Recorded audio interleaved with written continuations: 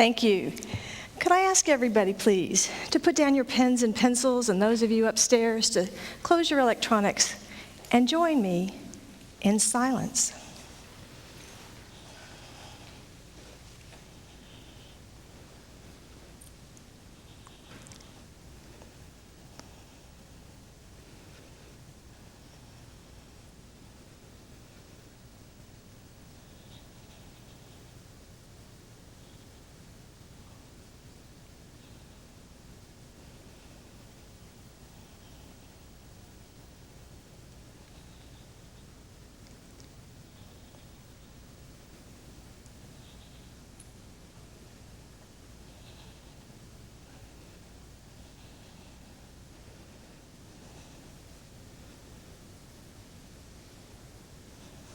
Thank you. So how did that feel? For some of you, I suspect, on this talky day, with lots of information coming at you, there was a bit of a, thank you. But for others of you, I suspect, there was some discomfort. I won't make you raise your hands, but how many of you wondered if she was just going to stand up there for the entire time of her talk and make us sit here? Because in this space, silence is not usual. Silence is something that we need to cultivate to understand ourselves and each other. Margaret Wheatley, in her wonderful book, Turning to One Another, Simple Conversations to Restore Hope to the Future, says that she suspects that the noisiness of our world today is because people are desperate to be heard. That we are, in fact, clamoring to be heard. I mean, have you ever been around a small child when you were busy and they wanted your attention? And it starts out a little subtly, right? Hey, hey, hey, till you stop and pay attention. We do the same thing too, don't we? I'm in conversation with you and you do not seem to be understanding what I need you to, so I will talk louder and more vehemently, because then you'll get it, right? We get engaged and enthusiastic and we forget to listen. And one of the components that makes it possible to listen is silence.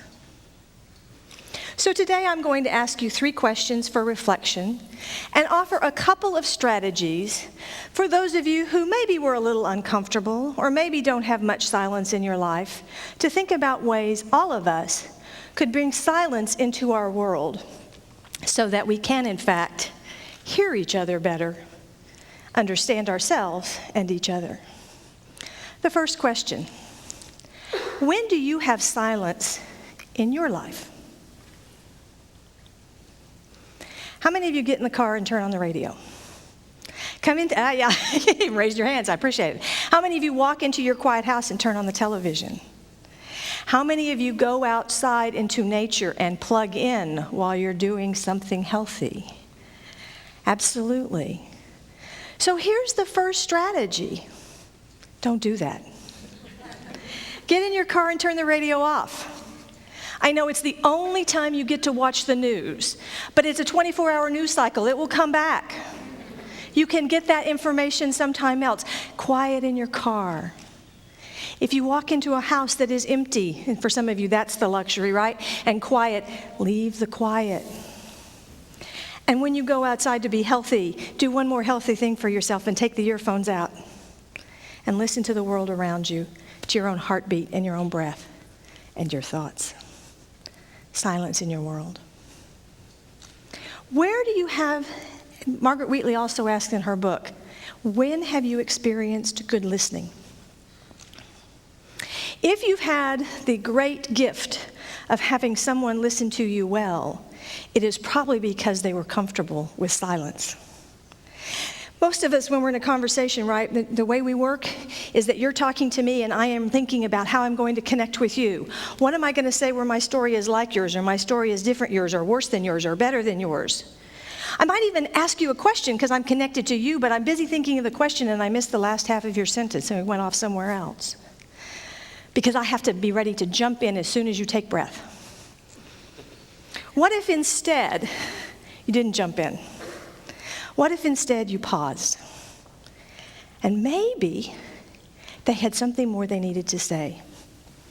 Maybe the thought that was just on the tip of their tongue would come to them in the silence that you gave them. It's very hard to do, isn't it? So a couple of strategies. If you are having this conversation over a meal, pick up your glass of water and have a drink. Just give yourself time.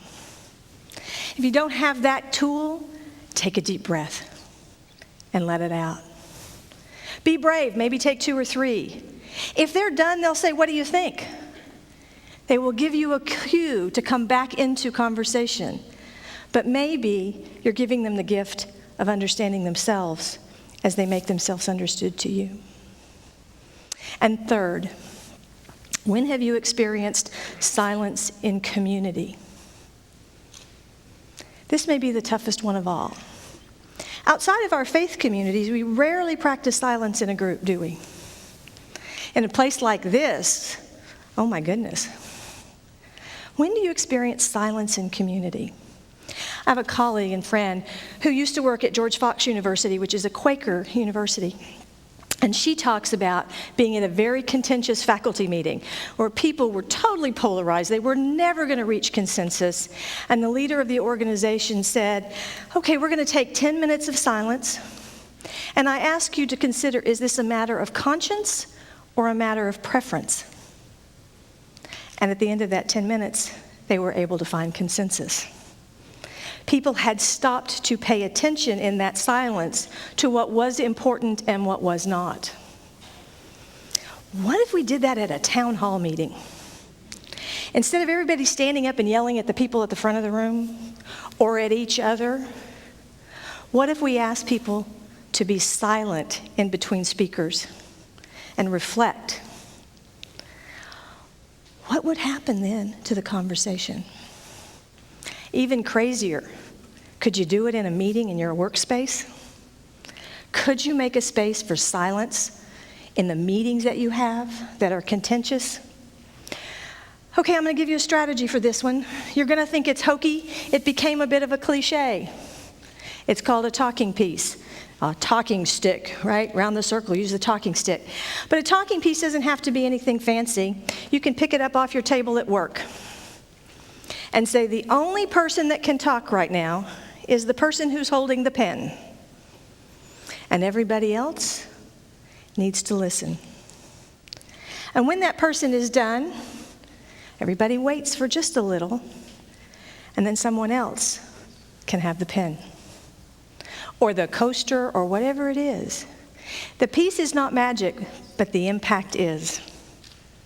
What would happen in your contentious meetings if everybody could be comfortable with silence and actually listen to what it is I care about so that I can explain it to you, and then I listen to what you care about as you explain it to me? Our work environments would change, wouldn't they? Is there a way that you can think about silence? Is there a way that you can practice silence and become comfortable enough that you can share it with others? Back to Margaret Wheatley's comment. Our world has gotten so loud that perhaps the reason we're plugging in, as Steve talked about, is to shut out that discord. But in fact, what we need to do is let it in and really listen and understand. And so my challenge to you today, my Be Bold thought, is can you go home and practice silence? Can you give someone the gift of listening by being silent? Can you find a way to bring silence to your community so that actually the talking, the words, are truly understood? Because it is through silence and listening that we can understand ourselves and each other. And it seems to me that that's something our world needs today. Thank you very much.